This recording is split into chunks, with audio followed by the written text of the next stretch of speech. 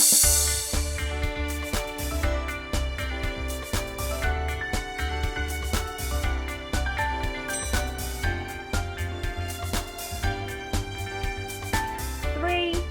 two, one, and we're live.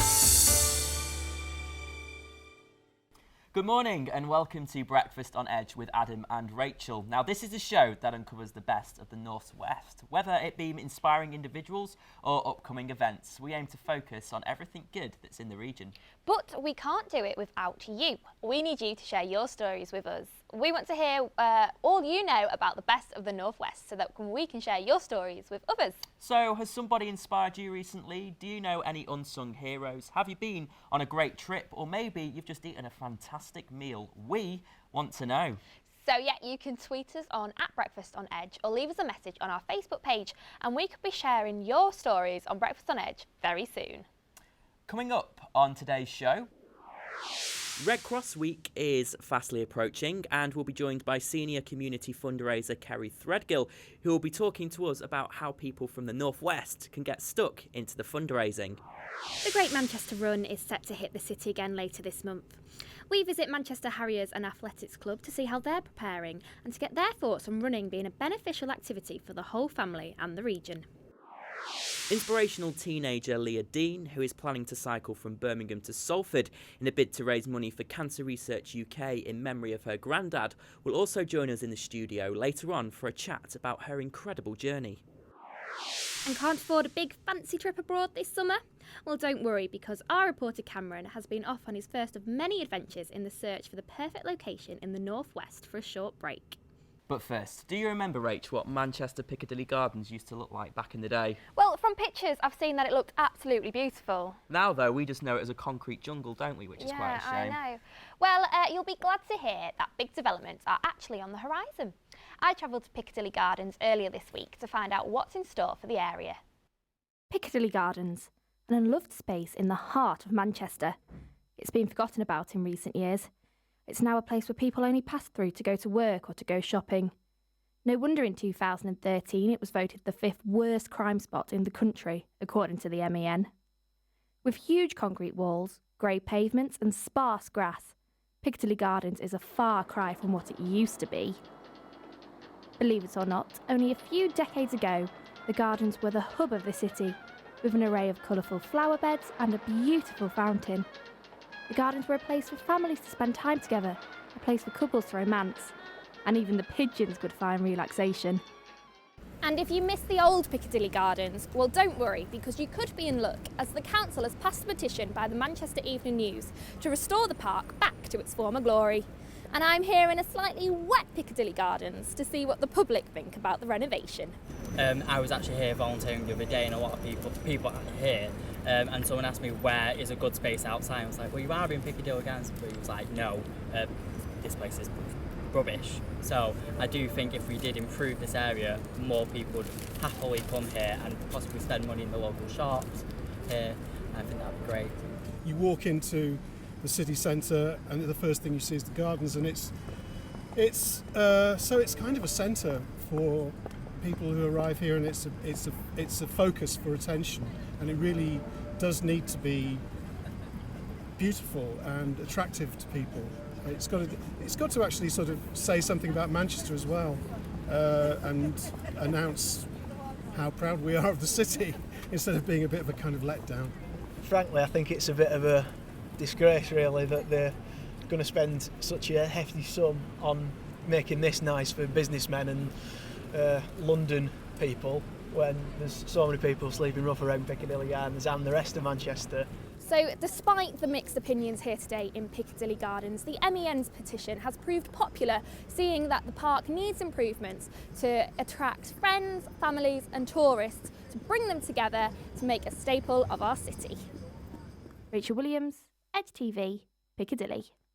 Yeah, well, it looks like big plans are on the cards for Manchester, which is great to see. And did you know, Rach, that in 10 years' time, Manchester is going to be an amazing place, especially with all the renovation that is going on at the moment? Yeah, it's really exciting, isn't it? And if you at home have any thoughts on the proposed renovations or what you think the garden should look like, then don't forget to let us know by keeping in touch on our Facebook page or tweeting your thoughts on @BreakfastOnEdge. Now, looking a bit closer in time, Red Cross Week commences this Sunday, and the British Red Cross is a charity that does a huge amount for not only the North West, but also the whole of Britain and overseas. And Red Cross Week is a time where various fundraising events are held and people from all around the world are encouraged to raise money for the charity. And if you're unsure exactly what they do or who they help, then this video will give you an idea. How can you compare a crisis in Nairobi to a crisis in Newcastle? A crisis in the community to a crisis in a conflict? An earthquake to a flood? A tear to blood? We don't. At the Red Cross, all we see is someone who needs our help, and we give it, providing support in emergencies, first aid, and support at home. Because whoever you are and wherever you are, every crisis is personal, and we refuse to ignore it. Yeah, the Red Cross is made up of volunteers who selflessly help others when they are in crisis. Now, here to chat to us about the charity and how people in the region can get involved this week is Senior Community Fundraiser for the North West, Kerry Threadgill. Good morning to you, Kerry. Thanks for joining us on the Breakfast on Edge sofa this morning. So we talk about Red Cross Week. Can you describe exactly what that week involves for you? Red Cross Week is a really exciting time for us and a week of celebration to sort of really amp up our fundraising. So lots of events happening, lots of collections, and really just trying to encourage people to get involved and raise vital funds to support our work. And if people want to get involved with fundraising, how can they do that, and especially in the North West as well? If they just go on our website, so redcross.org.uk, they'll find a Red Cross Week page and lots of information of how to get involved, how to run their own event, and hints and tips as well to make sure that their event goes without a hitch. Now, in that video there, you talked about crisis and how the Red Cross has helped people in crisis. And when I think about the North West and the recent crisis that we have, I always think about the floods that happened just before Christmas. And I know you guys had a lot to do with helping people and victims of that floods and all of that terrible weather that we had. So can you describe your involvement in that and how you managed to help people through that tragedy? Absolutely. So as an emergency response charity, our staff and volunteers are highly trained to deal with just these types of situations.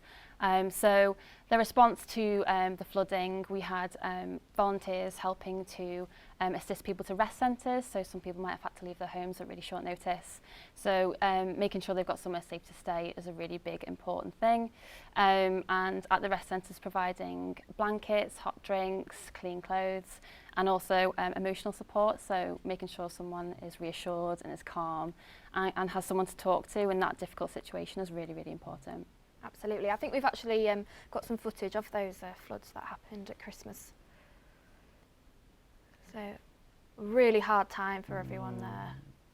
I mean, I was actually working up in Lancaster when all of this was going on, and I just remember everybody fleeing the whole of the city. It was really quite moving actually to see that happen. But no, it really brought the community together, didn't it? Definitely.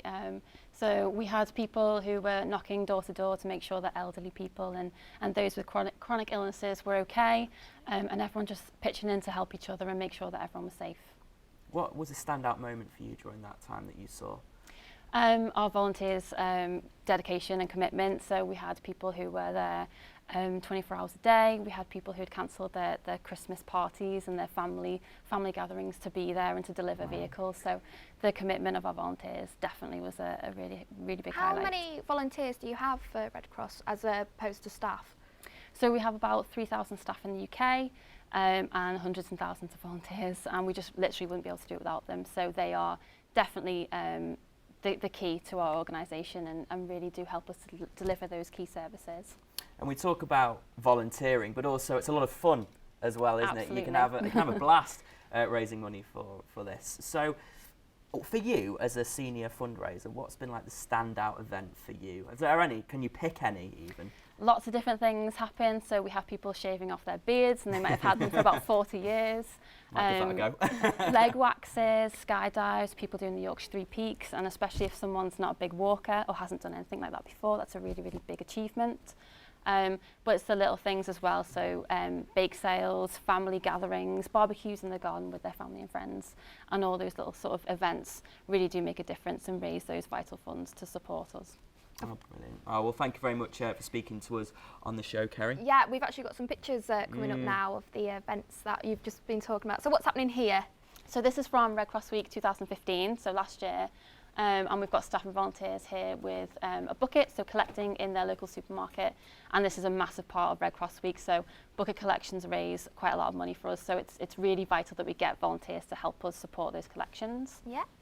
What about this one? That's in the capital. That is. It's in London, and that's our Red Shoe Walk. Really big sponsored walk, but we're actually encouraging people to put on their own walks in Manchester and across the northwest. So if someone's looking to sort of get involved, they're not sure how, they can put on an event with their family and friends, their neighbours, their work colleagues, and raise a bit of sponsorship to support us. And again, bucket collection, and we really encourage people to have fun with it. Yeah. So getting dressed up, wearing fancy dress, onesies, things like that, and even just 2 hours of bucket collecting can really make a difference. What's this one as well? I think we've got one more. Oh yes, everyone together. Everyone together, yeah, celebrating. So much hard work goes into Red Cross Week. People put in so much time and really commit to what's going on. So just everyone celebrating together of what everyone's achieved. I think I'm now going to participate in one of those activities just so I could wear that wig. We'll get you signed up. Brilliant. Oh, that's awesome. Thanks for speaking to us this morning, Kerry. And the best of luck as well with all the fundraising. Thank you. Now, if you are at home and are planning to get stuck into the fundraising, or you have done something recently, then why not let us know by tweeting us or by visiting our Facebook page. Now, May is sure going to be a busy month for the region. It's not only Red Cross Week, it's also the Great Manchester Run on the 22nd of May. Just me, Rachel, as it seemed like 2016 has completely flown by. I know, you're absolutely right, Adam. It has absolutely flown by.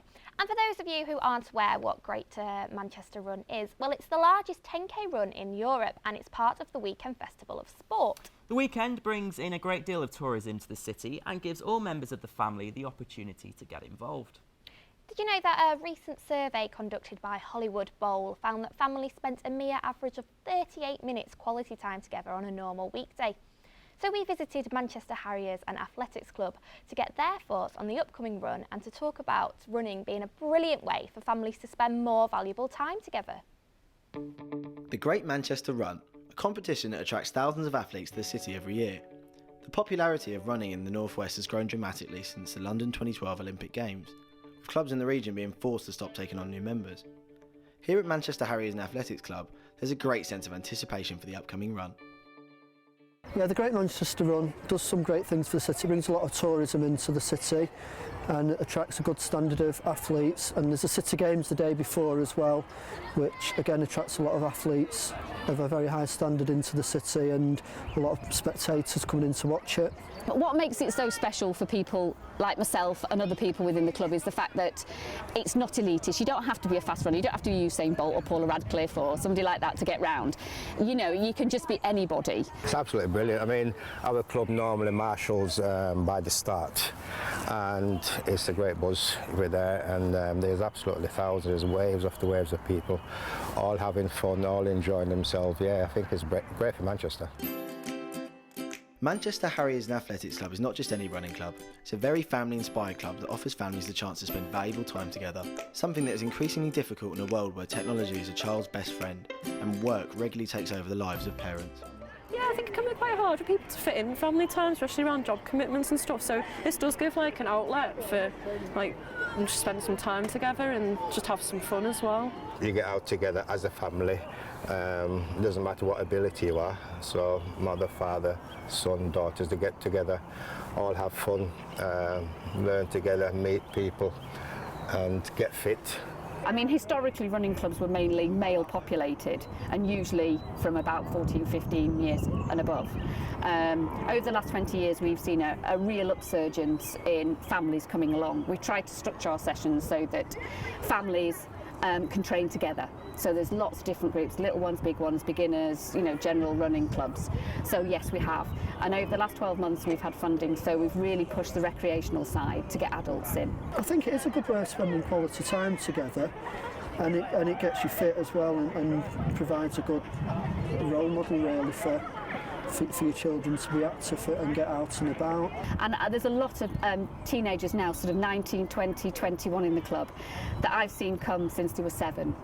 and it's lovely to see them still involved. Even if they're not competing competitively, they might be coaching or officiating or just doing it to keep fit. So yeah, it's lovely to see them come through. They feel like they're my own children.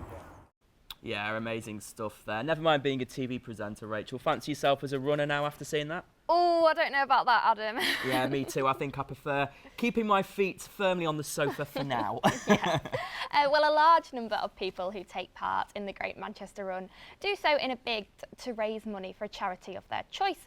However, some people choose different methods of fundraising for charity, and one of those is Salford College student Leah Dean. Yeah, Leah has a rather remarkable story that all started last year when she raised over £3,000, wow, for Cancer Research UK after shaving her head, and she is with us in the studio now to talk about her story and her upcoming fundraising events. First of all, welcome, Leah, and I've just got to ask, what on earth made you shave your hair to raise money for charity? Why that? Why something so drastic? Well, you know, we all found out as a school that one of my English teachers had been diagnosed with breast cancer, and that's when the thought initially started to fundraise in her honour. And initially we was just going to do the Race for Life event, and we did that. We raised a few £100 in a day, and that's when I got the buzz for it. So I was thinking about the head shave, you know, and I was on Facebook that night and I seen a video of a 12-year-old girl doing it, and it was just too much of a coincidence, so I just put it out there and off went from there, to be honest. So the media backed it, and the total just raised and raised and raised each day. Yeah, because you've had a lot of media speculation, haven't you? Yeah. Were you ever expecting to get £3,000? No, definitely not. I just put it on Facebook. Actually, my initial target was £150, so you know, smashed that by 20. That, yeah. You went away with £3,000 of all. I think we've got actually some footage of you having your hair shaved off now. How do people donate, by the way? They just donated on my Just Giving page. Just Giving, yeah. And some people donated in cash, which was then just sent to the charity. Here it is now, going. You've had the ponytail gone. How long was your hair? It was like down to my waist. And it had been that for a long time of your life? Yeah. So you've never had it that short before? I did it cut a little bit short, but not much shorter, no. Were you nervous doing this though in front of a massive crowd of people? Oh yeah, because everyone's like watching. There's 200 people watching, so. And where was this taking place? It's at St Boniface's Social Club. It was a local too. You look fantastic, by the way. I like that. So you know you've shaved your hair now. You've raised £3,000, but you want more, don't you? You want to do more, and you're raising money now for your grandfather. Yeah. What can you tell us about your next adventure? Well, I've decided I'm going to cycle from Cadbury World in Barnville, near Birmingham, to Salford, which works at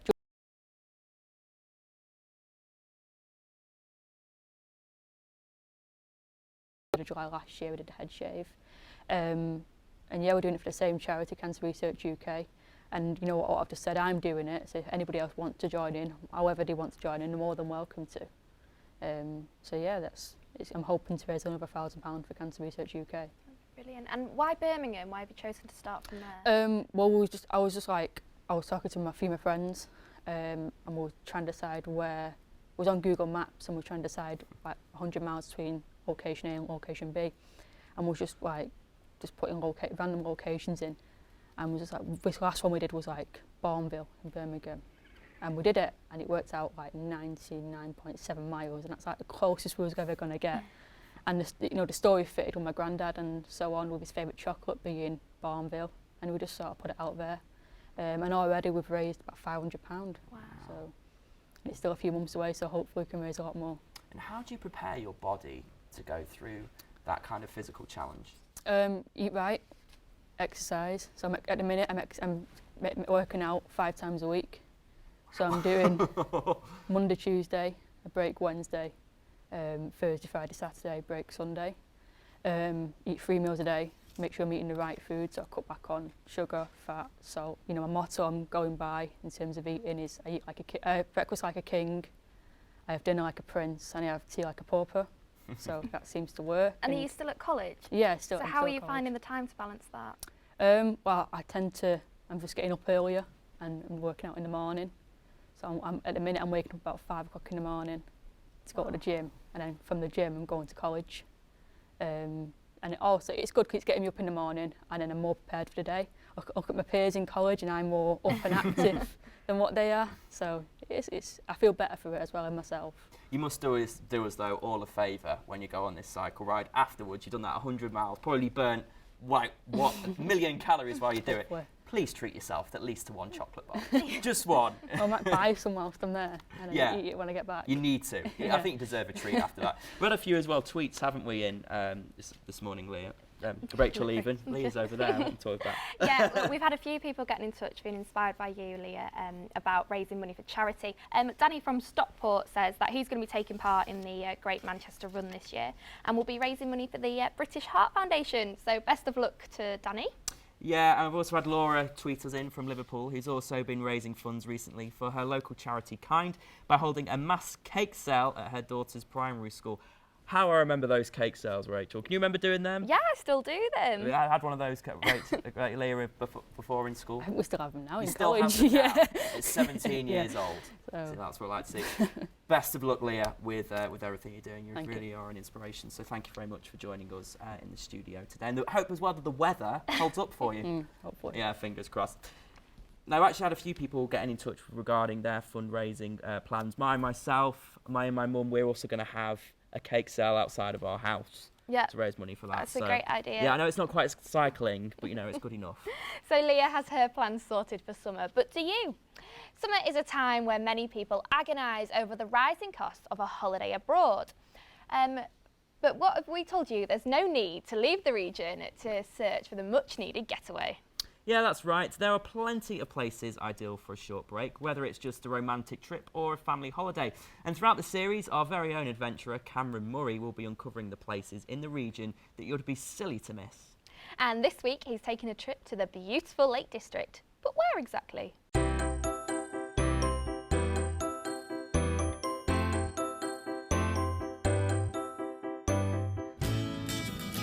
This week I've come to Windermere in the Lake District, which is home to the biggest lake in the UK. Now I'm going to spend the day here exploring and see what this beautiful gem of the Northwest has to offer. Windermere is a small town based in the south of Cumbria, offering plenty to see and do for a weekend away which all the family can enjoy. Whether you're a walker, a sailor, or none of the above, don't put yourself down, neither am I. It's no surprise as to why in 2015 over 16 million tourists visited the lakeside town for a break. The streets are littered with quirky antique shops and boutiques that make shopping a lot more personal than going to your local high street. They even boast about serving world famous ice cream. Now if that's not an excuse to visit, I don't know what is. The lake itself and its surrounding area have enough activities going on to keep the whole family entertained for hours. From ferry trips to Ambleside and Coniston, or if you're channeling your inner Bear Grylls, you can hire your own boat for up to an hour and explore the islands of Windermere yourselves. Even the little things are enjoyable. Feeding the ducks, going for a romantic stroll along the jetties, buying a fishing net and rooting through the lake. I hope you do better than me though. I had nothing to take home for tea that night. It's clear to see that Windermere have spent a lot of time and money on making this northwest destination a place for tourists to flock to, and it's quite unique in the fact that the traditional aspects of the town haven't been damaged as a result. Add to that, everyone has a smile on their face. No, really, they actually do. As you can see, I've had a fun-filled day out in Windermere today, and I hope I've shown you viewers at home what a brilliant place this is to visit, whether you're a couple or a family. Now, it's time for my day to come to an end, and this brilliant captain has offered me a ride back to Manchester, so I'm about to get on the... Oh no, I'll see you next week. Wait! Oh, how lovely. Do you know what, Rach? After seeing that, I've forgotten how beautiful the Lake District is. I think I'm going to book myself a short break after the show this morning. Yeah, I know, it's absolutely gorgeous. Stunning. And if you agree with us, well, don't forget that we want to hear from you at home. Each week we'll be giving you a chance to pick where Cameron should visit next. So let us know your votes by dropping us a tweet or leaving a comment on our Facebook page. But who says that you have to go big on a holiday though? There are so many cheap and even free things that you can do with your family across the Northwest this summer. And right now, we're joined by our very own travel expert, Neil Robinson, who is here to share his inside knowledge regarding ways to have an enjoyable summer in the region at a low cost. Good morning to you, Neil. Now, when I think of tourism in this country, I think like a lot of people, I always think about expensive places, Blackpool Tower, Thorpe Park, Alton Towers, but it doesn't have to be like that, does it? It doesn't, and you've mentioned a number of the key corporate providers, but in the Northwest, for example, you know, we've got an array of very cheap, affordable attractions. So, for example, Manchester University has a wonderful exhibition on at the moment, and that's part of the museum they have there. That's free. If you go to the Maritime Museum in Liverpool, they've got the Titanic and Lusitania exhibition on. That's also free, and next door's the Tate Gallery. So that's very accessible. And also in terms of the more traditional historic components, you've got Chester, which is free to access, and you can walk the city walls. And like Cameron was saying, he's been to the Lake District, which is an area of outstanding natural beauty. Yep, and all of these are accessible like via train, aren't they? Very accessible, and if you can use public transport, even better. Protects the environment, and there's no hassle parking your car. Yeah. You know, it's great as well having a day trip, but I think part of the experience about going on holiday is also staying over too. And there's been a rise, I've noticed, in like budget places to stay, one of them being Airbnb.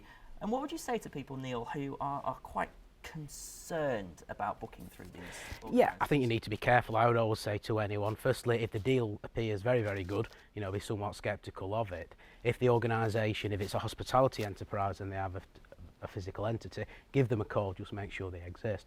And also, if you're using things like PayPal or if you're using your credit card, it's a lot safer, because if the organisation is fraudulent, you can at least get in contact with a third party and they'll take it up on your behalf. We've had a tweet from Jodie in Bolton. She says, I like the idea of staying local and going on holiday in the Northwest, but some of the hotel prices are expensive as travelling abroad. So obviously we've mentioned Airbnb there, but what other options are there? There are a rich array of options. I would always say use social platform. I know the likes of Twitter are actually going into hospitality provision as well of recent weeks, so that's quite good.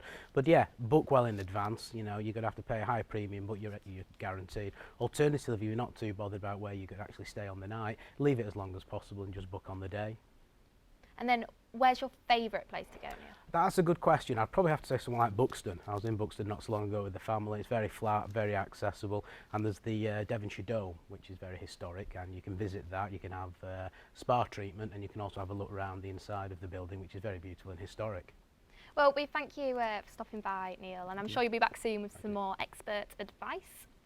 Yeah, now I've actually had a few suggestions on where Cameron should visit next week, and quite a few people are calling for Chester. Now, apparently, in 2013, a USA Today poll found Chester to be the 5th most romantic destination to visit in Europe, according to the Americans, ahead, believe it or not, of both Venice and Paris. Now, that is surprising, Rach. Yeah, ahead of Paris and Venice it is, yeah. I actually went to Chester a couple of weeks ago, and it was very pretty, very beautiful.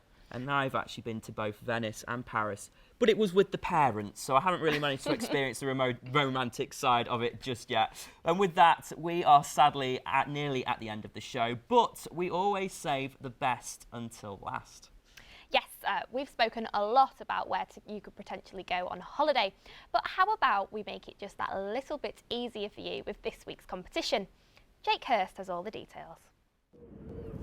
Sun's out, the days are getting longer. That means only one thing: summer is here! So why not start planning that summer getaway? If you're feeling short on cash, then don't worry, because we are here to help. This week we're offering you the chance to win this 3-bedroom holiday home situated in the Northwest. The property boasts an open plan living area, modern kitchen and an ensuite master bedroom. There's even a patio area equipped with a stainless steel barbecue and a hot tub. Not to mention, you'll be a few miles from the sunny coastal resort of Blackpool, which attracts millions of visitors each year with a 7-mile-long coastline and traditional seaside experience. Whether it's a romantic walk on the beach or a family outing, there's no shortage of entertainment.